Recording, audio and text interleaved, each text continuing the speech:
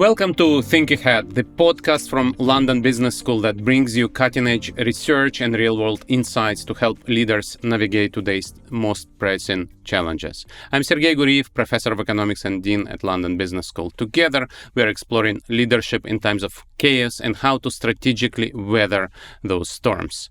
We will explore organizational structures and how agility could be embedded without sacrificing clarity and long-term purpose. Today, we are joined by two exceptional guests, Jessica Spungin, Adjunct Professor of Strategy and Entrepreneurship at London Business School, and Suzanne Heywood, Chief Operating Officer at Exor and Chair of CNH Industrial and Iveco Group.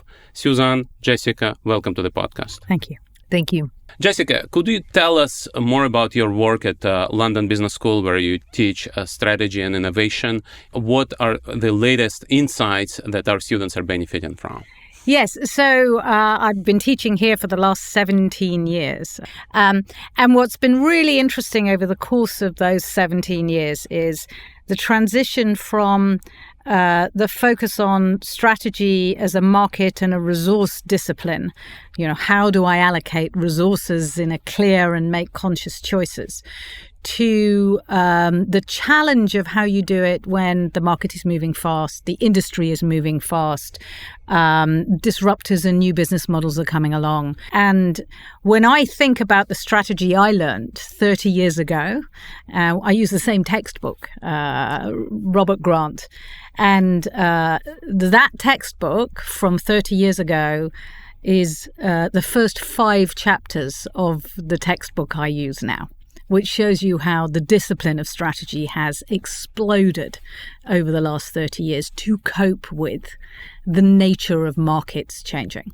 Suzanne, you've had a distinguished career both in civil service and the private sector. You also worked in McKinsey, where you also were a senior partner. Now you're in several organizations in the board and executive roles. Can you share a little bit about your experience on advising companies on strategy, executing strategy? What's been your experience in recent decades? So my experience has been very similar to Jessica. I think the speed at which organizations need to act has increased. We're seeing that particularly over the last 12 months with everything that's been happening geopolitically. We are now finding that literally overnight, the context for a company can change. So these geopolitical changes mean that you need to make very quick decisions on, where are you exporting from, where are you importing from, how are you adjusting to different tariff regimes and so on. So all of this means that organizations need to respond much, much more quickly than they did in the past. The levers that you can use to do that are going to be less around structure and more around processes and more around people, because frankly, you just can't change structures very quickly. Yes, we'll talk about structures, but indeed the main challenge that you identified is that we live in the world where change is fast, environment is complex. You mentioned geopolitics and supply chains, which are directly affected by tariffs and conflicts. We also have technological disruption due to AI. Climate change has not disappeared, and that also affects businesses, including the ones where you work. So how do we combine this agility that we need to build up as a key capability in organizations with a long-term focus on strategy and commitment to a course of action, which probably needs to remain long-term? So in the industrial companies where I work, I think it's still very important to lay out a multi-year plan. So we would always lay out usually a 3-year plan. 5-year plans, I'm less certain that they're helpful, but certainly a kind of 3-year plan. These companies, for example, I'm the executive chair of Case New Holland, which is a big agriculture OEM. We make agriculture equipment, construction equipment. We will lay out a 3-year plan. We'll do a Capital Markets Day, Investor Day, and take people through that. That will have long-term ambitions in it, including what we're intending around technological changes, possibly some of the footprint changes that we're making, changes around quality and so on. It's very important that the company has those long-term targets and that we continue to keep those in mind. But then on a more of a quarter-to-quarter, almost month-to-month or week-to-week basis, we then need to be able to make adjustments to changes that are happening in the world. So the company needs to be very responsive in the short term while still keeping hold of what those long-term commitments are that they've made to investors. And that, I think, is the challenge for both kind of management, executive and non-executive today. Jessica, you're working with many companies, advising many boards. How would you answer this question? How do we combine agility, how we build agility and still commit to a long-term plan? Yeah, so I think I usually kick off most of my strategy classes and my sessions with clients and top teams with the,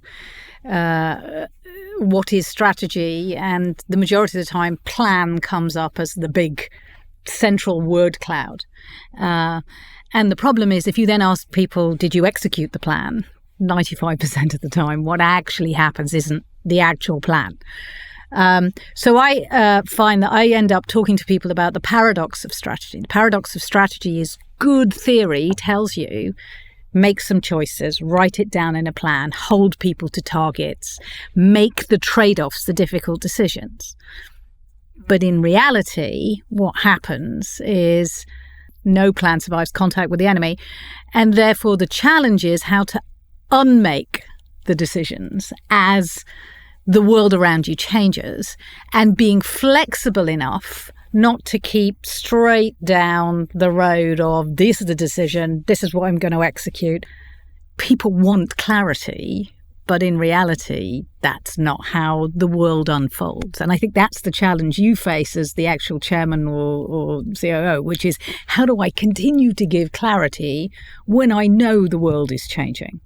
And the management teams need clarity because you need to coordinate their expectations. You need to provide guidance on where to invest, what the priorities are, what direction we are taking and which directions we are not taking. Yep. Right? So how do you combine this agility with avoiding chaos and still achieving this clarity? Well, it's very tricky because the issue is that if you change your plan every time the world changes, first of all, you'll never get where you're intending to get to. And secondly, as Jessica will kind of also be familiar, there's always 101 reasons why you can't achieve a plan. There's always something that happens. There is a very tricky balancing act that particularly a board needs to do in relation to a company, but also an executive team needs to do in relation to a company, which is keeping the focus on what you've committed to do, unless it's absolutely impossible to achieve, whilst being relatively flexible on how you get there. Because the how you get there can change. But what you don't want to do is just keep on throwing out what you had, because otherwise you'll never achieve what you set out to achieve. And frankly, then the kind of market and the street loses any sort of confidence in what the company is trying to do. So it's a delicate balancing act. I mean, I remember a student saying to me when I, launched, it was one of our executive education courses, and they said, well, we did get there. He said it was a telecoms company, and he said, we had a plan. We knew we wanted to enter this market, and we had a plan. He said, but by the time we entered, it was 5G, not 4G. So technically, we didn't execute the plan. But in practice, we did. We just had to adapt the plan. And I think that is the challenge that I think Suzanne's picking up, which is, at McKinsey, we used to call it tolerance for ambiguity. You want managers, and I think this comes back to Suzanne's point about it's about the people. You need to have key managers who are capable of not executing to the letter of the law and seeing that the general direction with adaptation is good enough. I guess my question is around what Suzanne has identified, the level at which you keep the long-term targets, the long-term plan.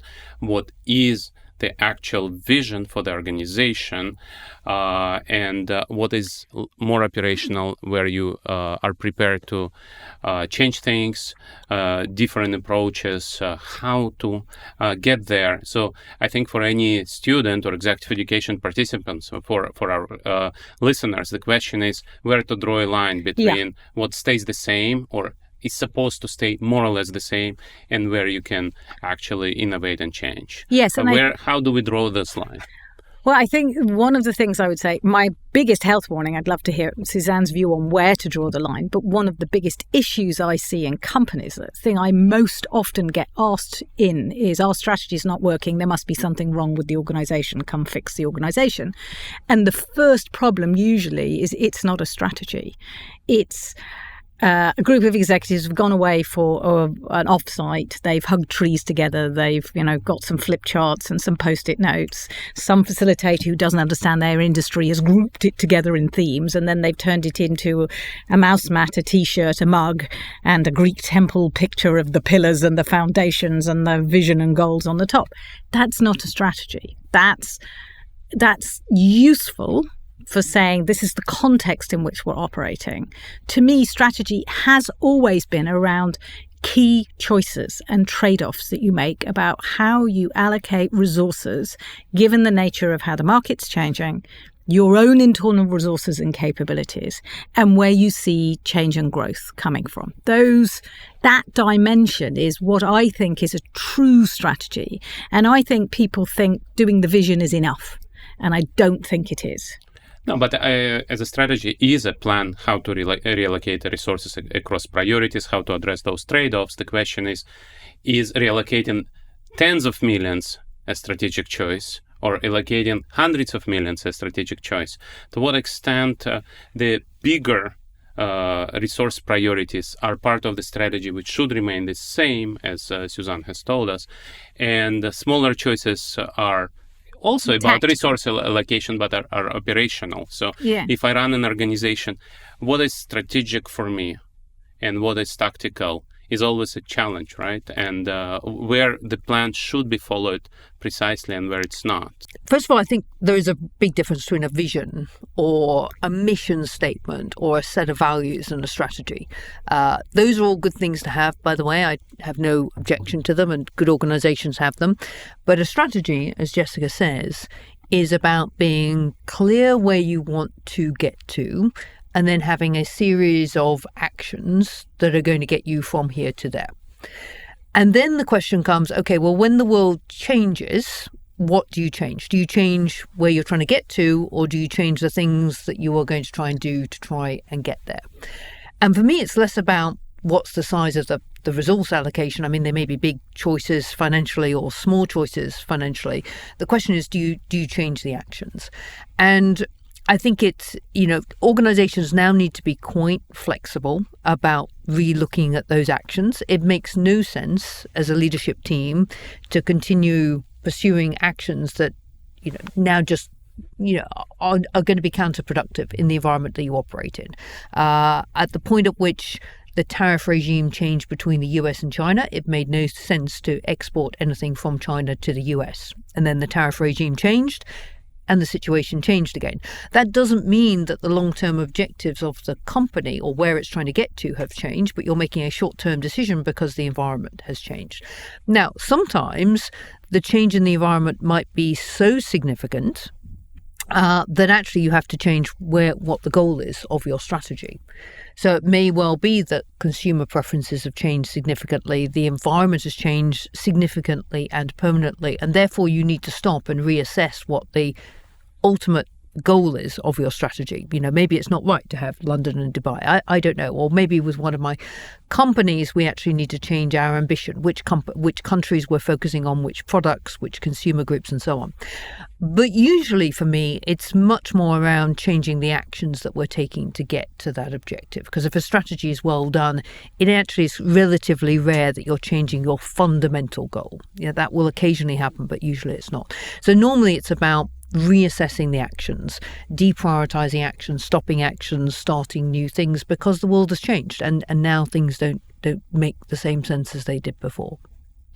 Yes, I mean, building on that, it made me think of something I teach in technology and innovation strategy. When we talk about Julian Birkinshaw's work on why incumbents survive and thrive, the major narrative is disruptors come and kill the incumbents and the incumbents don't respond. And we have at business school, we consistently teach disaster stories because they're good teaching mechanisms, right? So you tell the story of Kodak. Now there's a classic story of someone who saw digital photography and couldn't change their operating model, was obsessed with the printing side of it and the imaging side and the chemical side of that business, and didn't adapt fast enough and died. And actually, if you look at Julian's work and lots of stories, at the same time you had Fujifilm. Right. And instead of saying we'll double down on digital photography and printing, Fuji went, what do? We do images. And where are images still going to be needed? Well, medical imaging. And Fuji is now one of the largest medical imaging companies in the world. And having done that, they got into injecting dye stuff. And having done that, they got into vaccines and they survived. And Kodak died because they did change their fundamental view of what they did, because they looked at it from the Gary Hamel's perspective of what resources and capabilities have I got to play with, and they had a different perspective. I mean, I would always argue that with an incumbent, although there are some very interesting examples of incumbents who did not move and died, and we know those examples, there are many examples, as you say, of incumbents that have moved and survived, and incumbents have huge advantages over the new entrant. I mean, the incumbents have all the resources, they have a lot of the skills. If you're in a manufacturing kind of sector, then they have all the manufacturing base and everything else. So they have massive advantages over the newcomers. What they often don't have is agility. And they also have a huge reluctance to self-cannibalization for all sorts of different reasons. And one of the things that I have often pushed is, look, you shouldn't worry about self-cannibalizing, because if you don't, somebody else is going to. So, it's completely wrong to look at this and say, well, I can't do this because it's going to kill my current business. Well, frankly, if you don't do this, somebody else is going to do this. And it's a lot better that you do it yourself. So there's no reason why an incumbent can't move, and there's no reason why an incumbent can't move quickly. A lot of it comes down to what we're talking about here, which is whether or not the organization has the agility to do that, to relook, as we were talking about before, relook at its overall goals and to say the world has changed and now the goal, it was this and now it's this. Most of the time you do know where you're trying to get to as a company. As I say, it's the actions of how you're trying to get there that need to become much more flexible. We do have more examples in recent times. Microsoft reinventing itself, Amazon looking at its capabilities and deciding we are no longer an online bookstore. We are going to be something much bigger, and we are also going to provide cloud services, right? So there are examples where they do reinvent themselves. There are also more recent examples. You mentioned China. European automotive industry seems to have lost its way and was asleep during the electric car revolution in China, and we are now facing this European automotive crisis, which is no longer competitive, right? So we have examples on both sides of this debate, even in very recent years. Right? Yes, you're absolutely right. I mean, I teach the business resilience course, and one of the things we talk about is how does strategic resilience, it's a course which does operational resilience, financial resilience, personal resilience, and strategic resilience. It's kind of across all of our functional areas. And in the strategic area, I actually use IBM as an example, right? It's in the tech space, which moves incredibly fast. And if you look at what IBM, who's been an executive education client here at London Business School for many years, they were incredibly good at spotting the S-curve of the next technology revolution before it died. You adapt as you get successful to define yourself broader across an industry, particularly in an evolving industry. And we see that now in AI as well. I don't know whether you guys are touching on AI and how you incorporate it, but you see the cross investments and the way in which people are owning both chips and energy and access Water. to silicon and water and raw metals, right? People are understanding that if you don't have this, you won't have this, and it needs to work together. I'm pretty sure that no organization can neglect AI disruption in 2026, not even speaking years ahead, the 3-year plan that Suzanne was talking about. But let me actually move forward and ask you about organizational change, structural change that sometimes needs to support new strategy and strategic innovation. Both of you worked in McKinsey, you were senior partners, advising many companies on organizational change. And of course, organizational change is hard, as all of us know, but sometimes it becomes unavoidable, needs to support strategic choices. What are the main rules of thumb for strategic reorganization? If there is some simple advice you can give to a CEO like myself, who's doing both a new strategy should we start with the first thing that we both say? Organizational change. Well, I mean, the first thing that we always say is, as you just indicated, you don't start there, but sometimes you do need to go there. So Jessica and I would always say, start by looking at people, start by looking at processes. These are easier and faster things to change. It is always very tempting to change the boxes and lines in an organization. And I think people like it because it's very visual. You can see it. Kind of A used to report to B and now is reporting to C, and that feels like a kind of real and tangible change. And what I've often said to people is you need to bear in mind that the fact that A is now reporting to B and not to C might matter to A, but for everybody reporting to A, it's completely irrelevant. When I come into work tomorrow, the fact that my boss's boss is now reporting to somebody else makes no difference whatsoever to me. So it is often misunderstood, particularly at the top of organizations, that people often think that by changing these boxes and lines, it's going to make a very, very big difference. But on its own, it doesn't. That all having been said, there are times where you need to do it. And certainly in the companies I work with, we do reorganizations. There are times when you just need to do it. Often because, frankly, there's been quite a fundamental change in how the organization needs to operate. For example, the organization might not have been very geographically focused, but it needs to be much more geographically focused, possibly because of some of the geopolitical things that are happening, and therefore you need to change the structure so that the accountabilities are much clearer more geographically. Now, in terms of how you do it, as you know, you mentioned in the kind of intro, a few years ago, I wrote a book with Stephen Hadari Robinson called Reorg. And the idea of that book was to try and lay out some relatively simple principles for how you do this. Because what we realized, having done reorganization, some of which Jessica and I did together for many years in McKinsey, there wasn't really a simple guide out there to how to do it. It tended to be either very complicated and therefore people didn't read it, or people just assumed they knew how to do it. I mean, what's complicated about changing boxes and lines? It turns out it's very easy to get it wrong.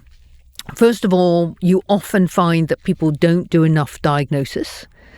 So that's kind of one big failing. So we discuss in the book, and Jessica knows very well as well, the type of diagnosis that you need to do to come up with the right sort of answer.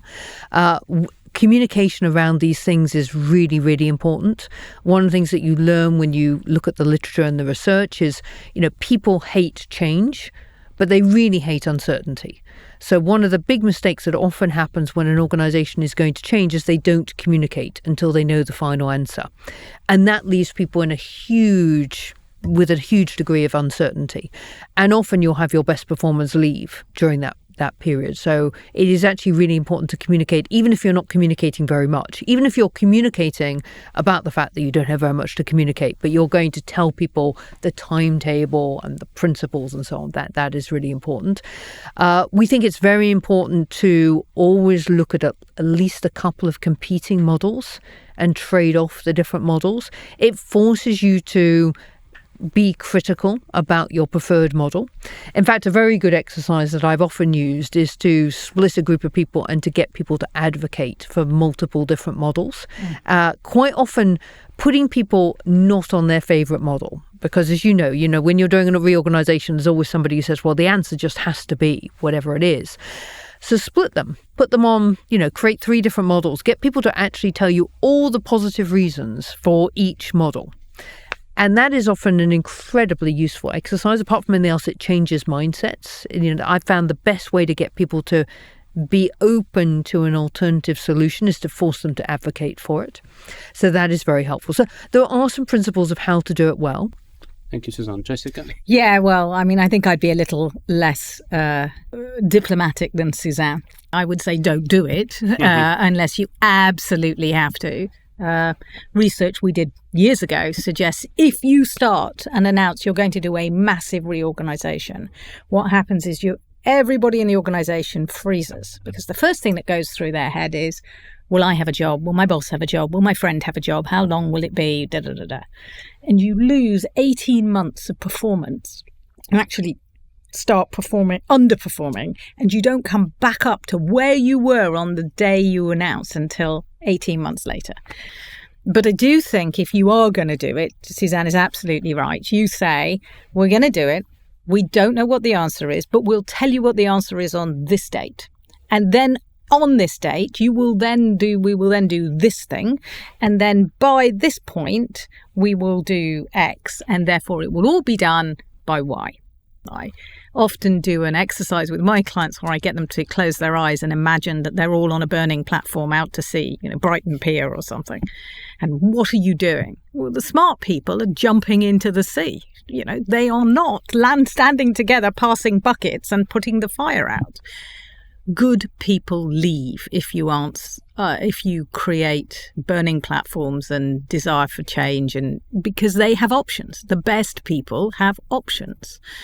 That having been said, if you're going to do organization design, you need to understand the theory of how organizations work.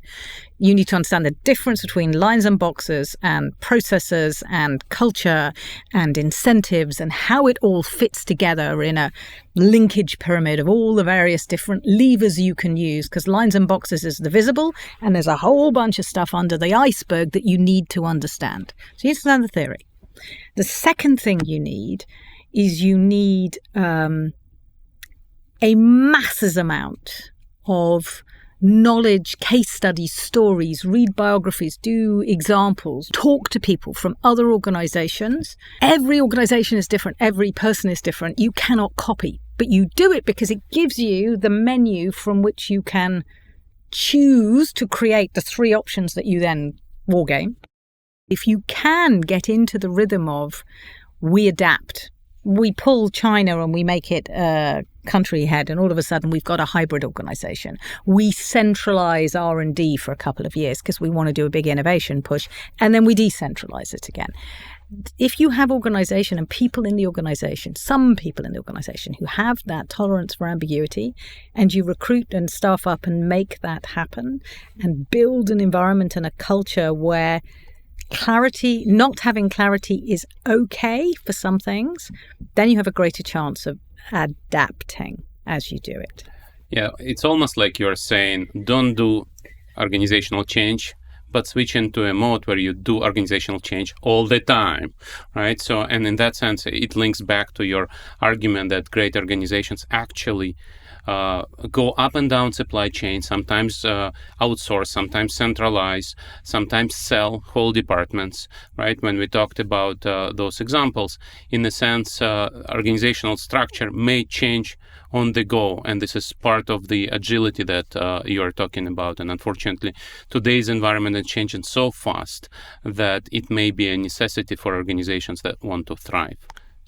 So as we are coming to the end of this podcast, I always ask a signature question on this Think Ahead podcast.